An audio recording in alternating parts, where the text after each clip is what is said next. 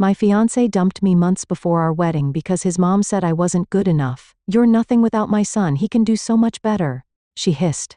I just laughed and left.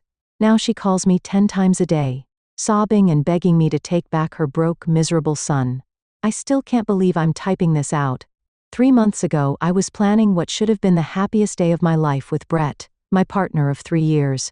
Today, I'm living in my best friend's spare bedroom, scrolling through apartment listings and trying to figure out where it all went wrong. Brett and I met in 2021. Within 6 months, we were inseparable, and after a year and a half, we moved in together. When Brett first introduced me to his parents, his dad Walt seemed pleasant enough, if a bit quiet. Susan, on the other hand, spent the entire dinner quizzing me about my background and family connections, with this weird tight smile that never reached her eyes. I remember mentioning that my dad worked in construction, and my mom was a school aide, and watching Susan's expression sour slightly before she quickly masked it. Brett brushed it off later, saying she was just protective and old-fashioned. His exact words were that she came from a family that valued certain connections, but that he didn't care about that stuff. I believed him because, well, love makes you stupid sometimes. When Brett proposed last year, I was over the moon. He did it during a weekend trip to this cute little B&B upstate. We agreed on a medium-sized wedding, nothing extravagant since we were both saving for a house down payment. The problem started almost immediately after we announced our engagement. Susan insisted on being involved in every single detail. At first, it seemed helpful. She had connections with vendors and offered to help coordinate since I work long hours, but it quickly became obvious she was taking over. The venue I loved was too shabby. The catering I wanted was not the kind of food served at their family events. The dress I fell in love with was a bit cheap-looking, don't you think? Brett kept saying it was easier to just go along with her suggestions than fight her on everything. I reluctantly agreed to compromise on some things to keep the peace, but it felt like death by 1,000 cuts. Every decision that was taken away from me chipped at my excitement until wedding planning felt more like a chore than a celebration. The real turning point came during a dinner at their house about 3 months before the wedding. Susan had invited her friends Rita and Angela over, and I realized halfway through that I was basically being paraded in front of them for approval. They kept exchanging these little glances whenever I spoke. At one point, Rita asked where I summered as a child, and I laughed, thinking she was joking. When I explained that my family's idea of vacation was camping at the state park or visiting my grandma in Ohio, the table went silent. After dinner, Susan cornered me in the kitchen while I was helping clean up. She started with what seemed like casual conversation about Brett's ex-girlfriend, Melissa, who apparently came from some influential family with a vacation home in the Hamptons. Then she mentioned how Brett had always been destined for great things, and how she hoped I wouldn't hold him back. I remember feeling like I'd been slapped. When I asked her what exactly she meant by that, she dropped all pretense. She told me that while I seemed nice enough, I clearly wasn't from the right sort of background to help Brett's future. That my lack of refinement would eventually embarrass him in important circles. That I wouldn't know how to entertain properly, or make the right connections. I was so shocked I couldn't even respond at first. When I finally found my voice and told her she was being incredibly rude, she just laughed this condescending little laugh and said something about how my defensiveness proved her point. She said Brett deserved someone who could match his potential, not drag him down. I walked out of the kitchen, and immediately told Brett we needed to leave. In the car, I was shaking as I told him everything his mother had said. I expected outrage, anger on my behalf, something.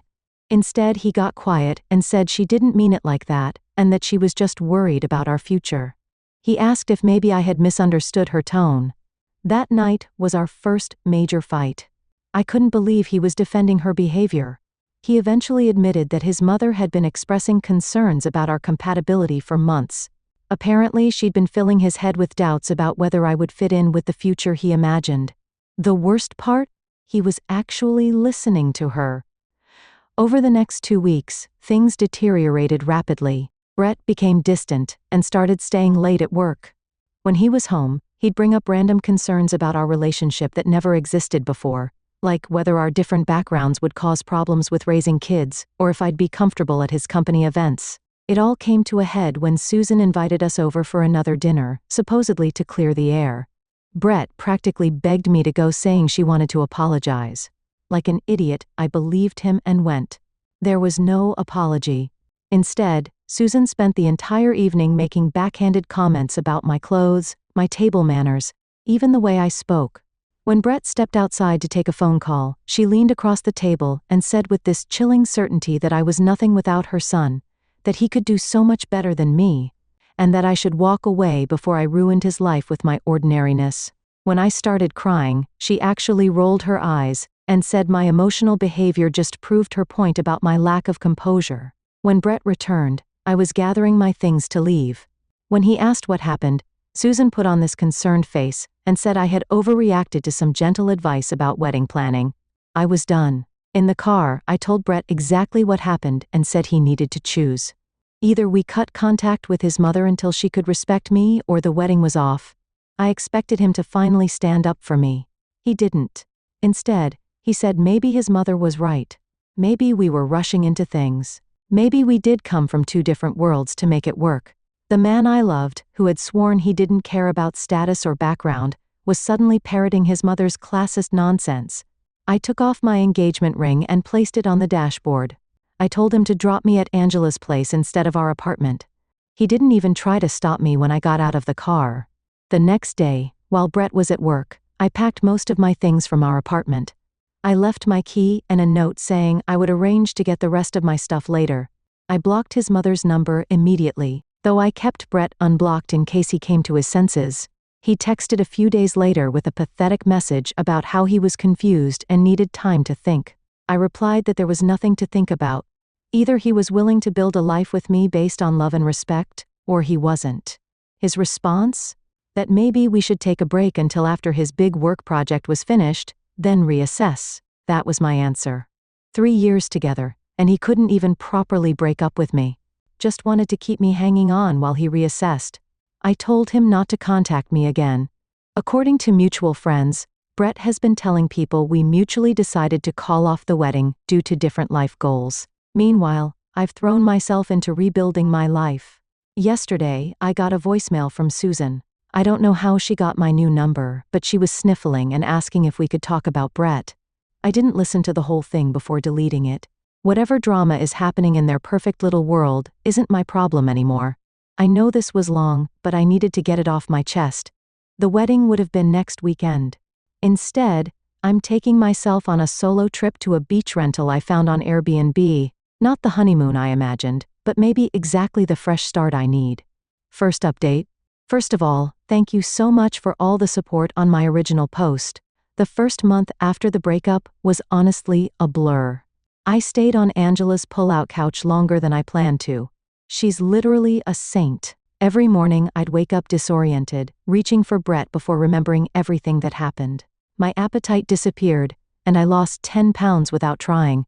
Angela started leaving protein bars on the coffee table because I'd forget to eat. I spent a lot of time just staring at apartment listings without actually calling anyone. Something about making that move felt so final. Angela never pressured me, but after about 3 weeks, she gently suggested we go look at a place that had just opened up in her friend's building. The apartment was nothing special, just a small one-bedroom with a kitchen barely big enough to turn around in. But it was within my budget and only a 15-minute drive from work. I signed the lease the same day.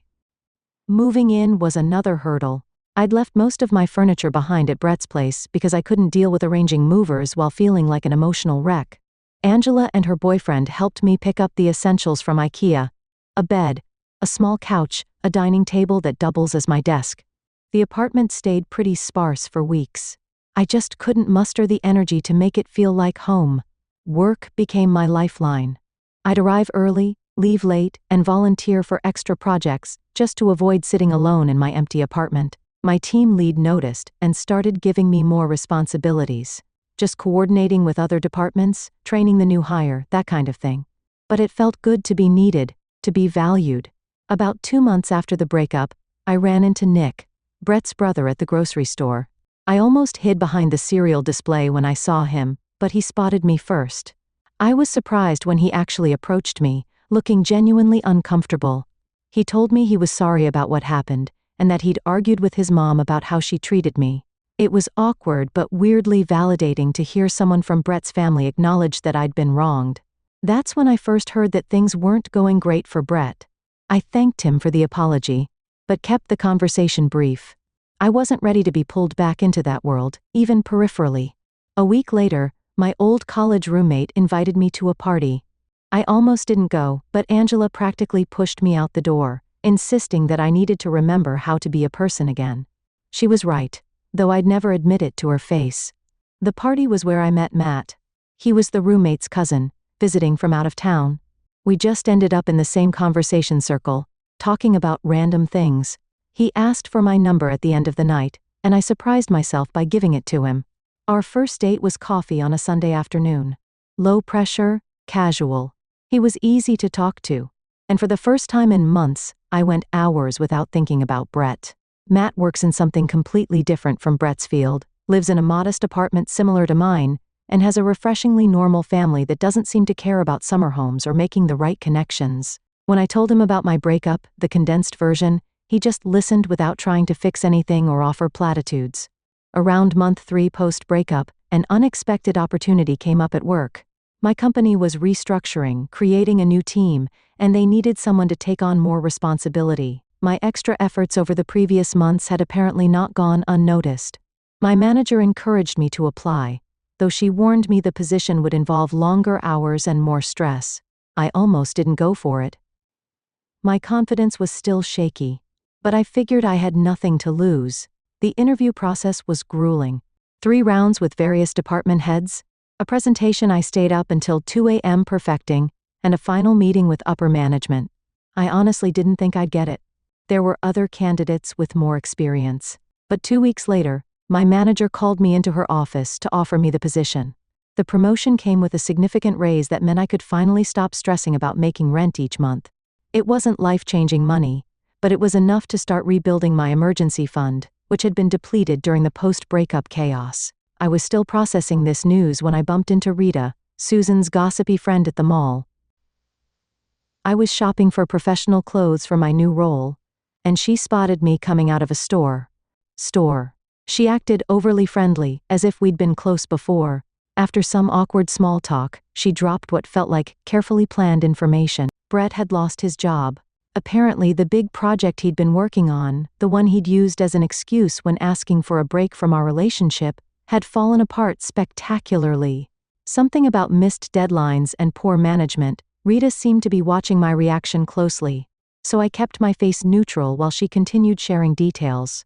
Brett had been let go, and according to Rita, he'd been struggling to find his footing ever since. She also mentioned with poorly disguised glee that Melissa had briefly rekindled things with Brett after our breakup, only to end it again after just a few weeks. Rita suggested that perhaps I'd dodged a bullet and winked at me. Later that week, I had another strange encounter. I was having dinner with Matt at this new restaurant downtown when I spotted Susan across the room. She was with Walt and another couple I didn't recognize. Our eyes met briefly, and I quickly looked away, my heart suddenly racing. I expected her to ignore me, or maybe give me one of her famous cold stares. Instead, she actually approached our table while Walt looked on with an expression of mild horror. She greeted me like we were old friends, commenting on how wonderful I looked. She asked about my new job, how did she even know about that, and complimented my outfit. Matt looked confused but polite as I awkwardly introduced him. Susan's smile tightened almost imperceptibly when she realized I was on a date, but she maintained her friendly facade. Before leaving, she mentioned that everyone misses me, and that she hoped we could catch up properly someday. I managed a non-committal response, and she finally returned to her table. Matt took it in stride when I explained who she was, though he did comment that she seemed intense. The weirdness continued. About a week later, Angela forwarded me a Facebook message she'd received from Brett asking how I was doing and if I was seeing anyone. She hadn't responded knowing I wouldn't want her to share details of my life with him. I was grateful for her loyalty, but unsettled by his sudden interest. Through mutual friends, I learned more about Brett's situation. After losing his job, he'd apparently moved back in with his parents while job hunting. The perfect life Susan had envisioned for him was crumbling. And from what I heard, she was not handling it well. I tried not to think about them too much. My relationship with Matt was progressing naturally. No rush, just genuine connection. We'd been seeing each other for about 2 months, taking things slow. He came over to my apartment regularly, helping me slowly make the space feel more like home. We installed shelves for my books one weekend and hung some artwork the next, small touches that made the place feel less temporary. My new position at work was challenging but fulfilling. Some days I'd come home completely drained, questioning if I was up to the task. But overall, I was proud of myself for taking the leap. My team respected me, and I was finally starting to believe I deserved the opportunity. Then last Friday, everything shifted again. I was leaving work when my phone buzzed with a notification, a voicemail from an unknown number. I almost deleted it without listening. Probably just another spam call about my car's extended warranty, but something made me play it. It was Susan. Her voice thick with what sounded like tears. She said she'd been trying to reach me, that she needed to talk to me about Brett, that he wasn't doing well, that she'd made a terrible mistake, that she'd do anything to fix things between us. 6 months ago, this woman told me I was nothing without her son. Now she was practically begging for my help. I didn't call her back. Instead, I went to Matt's place as we'd planned, but the voicemail kept playing in my head throughout the evening. Matt noticed something was off and asked what was wrong. When I told him, he didn't tell me what to do or offer solutions. He just asked what I wanted, what would give me peace. I woke up this morning to 3 more missed calls from Susan, and a text from a number I didn't recognize but assumed was Brett's new phone. I haven't opened it yet. I guess my question now is, do I engage at all? Last update. So it's been about a month since my last update and I need to vent because things have gotten weird, like uncomfortably weird. When I ended my last post, I mentioned that Susan had left me a tearful voicemail, and I wasn't sure whether to respond. After debating for 3 days about whether to return Susan's call, I finally decided to text Brett's number, the unknown one that had texted me, with a simple message asking what was going on. I figured a text was safer than a call, easier to ignore if things got uncomfortable. Within 5 minutes, literally 5 minutes, my phone rang. It was Susan, not Brett. Apparently, she's been using his phone to contact me since I had blocked her number. I almost didn't answer, but curiosity got the better of me. That was my first mistake. The Susan on the phone was nothing like the cold, judgmental woman I remembered. Her voice was shaky, almost desperate.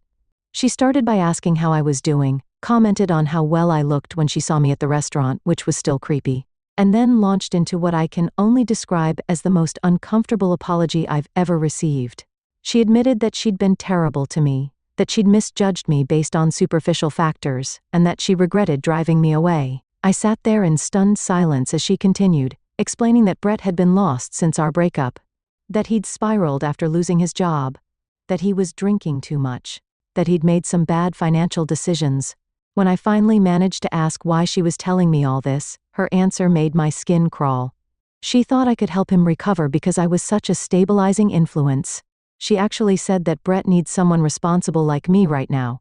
The audacity of this woman, to go from telling me I wasn't good enough, to deciding I was exactly what her son needed when things got tough. I told her as calmly as I could that I was sorry Brett was struggling, but that we'd been over for months. I mentioned that I was seeing someone else now. Her response? A dismissive comment about how these rebound relationships rarely last, and how Brett and I had real history. Then, she asked if we could meet for coffee to discuss Brett's situation further against my better judgment, and Matt's concerned look when I told him about it. I agreed to meet Susan at a coffee shop the following weekend. I told myself it would give me closure. Maybe I also wanted to see for myself how desperate things had gotten for her to come crawling back to the girl she once considered beneath her son. When I arrived at the coffee shop, Susan was already there, looking noticeably different from the polished, superior woman I remembered. Her normally perfect hair was pulled back in a hasty ponytail. Her makeup was minimal, and she looked tired. She'd ordered me my favorite drink.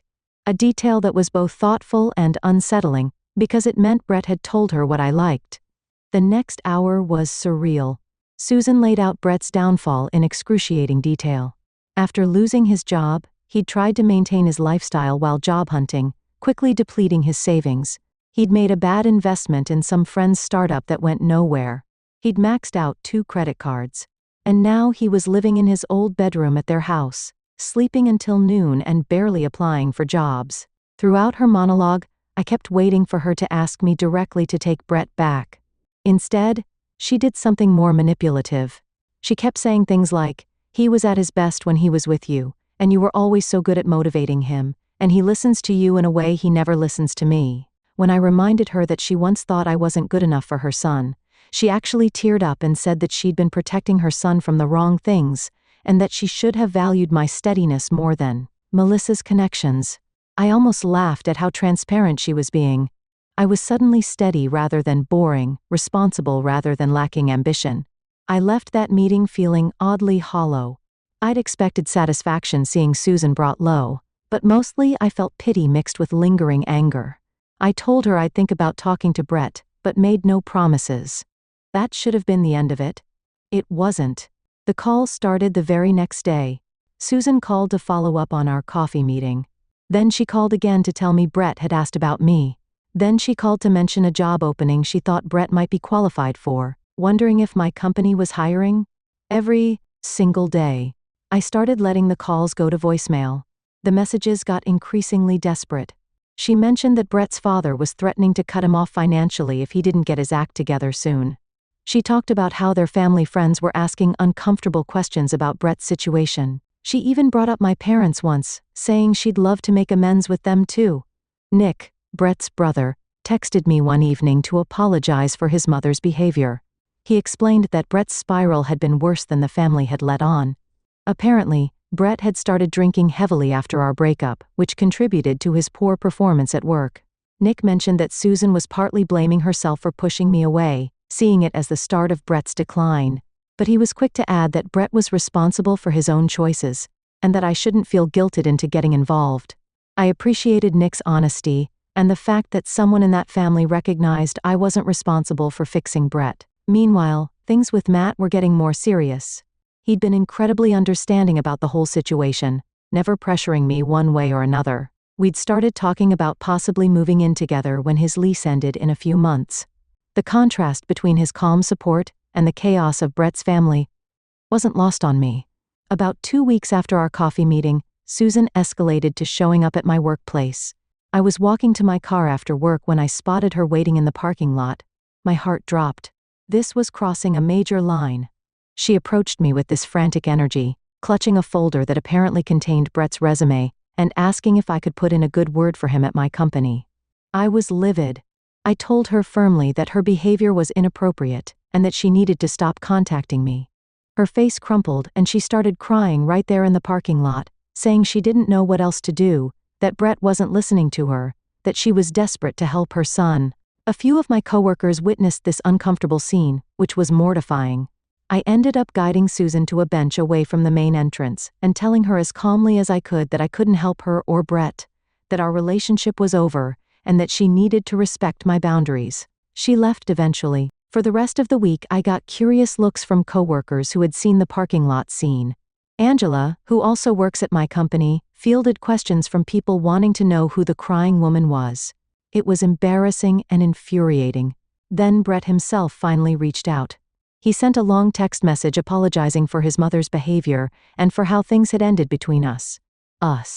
He admitted he'd made a huge mistake listening to his mother instead of standing up for our relationship.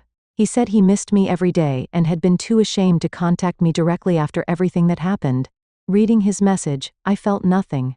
No flutter of lingering feelings, no satisfaction at his regret, just tiredness and a vague sense of closure. I showed the message to Matt, who read it without comment. I decided not to respond to Brett right away. I needed time to think about what, if anything, I wanted to say. But Susan didn't give me that time. She called again the next morning, asking if I'd received Brett's message and what I thought about it. When I told her I thought it was inappropriate for her to be involving herself in our communication, she got defensive and said she was just trying to help. That was when something in me snapped. I told Susan, in a voice so calm it surprised even me, that I was blocking her number after this call, that if she contacted me at work again, I would report it as Hamont, that Brett was an adult who needed to solve his own problems instead of sending his mother to fix them. Before hanging up, I added one final thought, that perhaps if she'd raised her son to value people for their character rather than their social standing, he wouldn't be in this situation now. That evening, I finally responded to Brett's text. I told him I forgave him for how things ended, because holding on to anger wasn't helping either of us. But I also made it clear that we had no future together, that I had moved on, and that he needed to do the same. I suggested he get professional help for his drinking and gambling, and that he needed to stop letting his mother fight his battles. I ended by wishing him well and asking him not to contact me again. I blocked both their numbers immediately after sending that message. It felt like closing a door that had been left ajar for too long. The next day, though, I got an Instagram DM from Susan. She'd created a new account just to message me. This time her tone was angry. She accused me of being heartless, of abandoning Brett when he needed me most. She said I was throwing away years of history out of pride. That last bit almost made me laugh. Susan talking about pride as if she hadn't destroyed our relationship with her own. I didn't respond, just blocked that account too.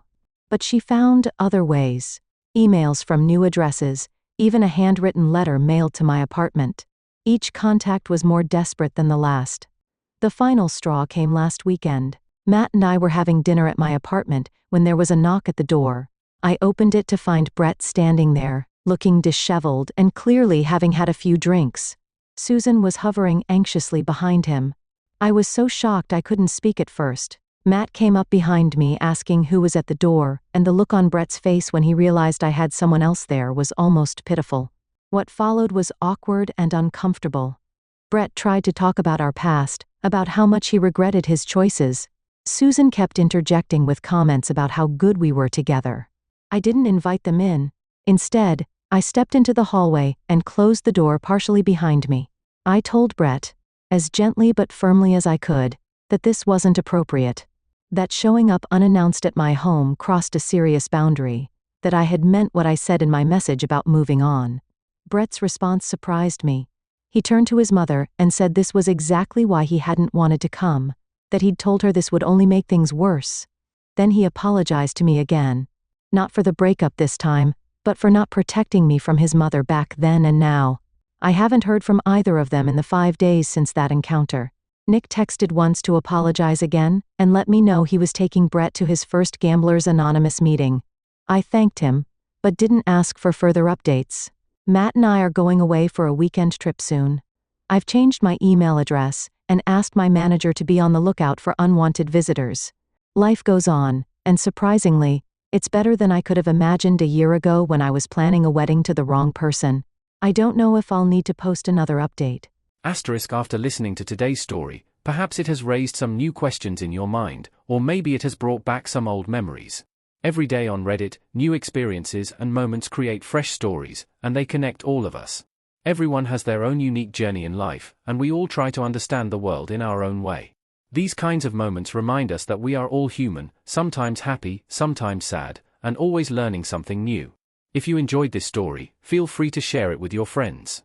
Your thoughts and feedback are always valuable to us, as they motivate us to create even better content.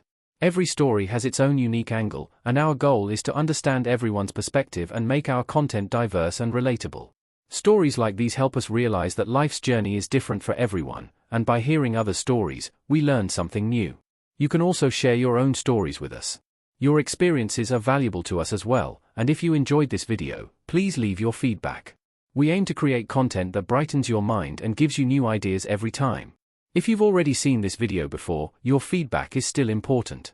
With every piece of feedback, we can improve our content and bring a new perspective to our viewers. Today, what we saw was just a small part of the many stories shared on Reddit and across the world. It's a reminder of how we all try to understand life by sharing our experiences with each other. This video was only an example of how we try to connect with others through storytelling, learning about different sides of life. We hope to continue sharing such stories that help us all learn and grow together. Thank you for your time, and don't forget to keep an eye out for more stories coming soon. If you haven't already, please like and follow for more amazing content. Your support keeps us going, and we will strive to bring you more thought-provoking and heartwarming stories. Until next time, take care and stay curious. *.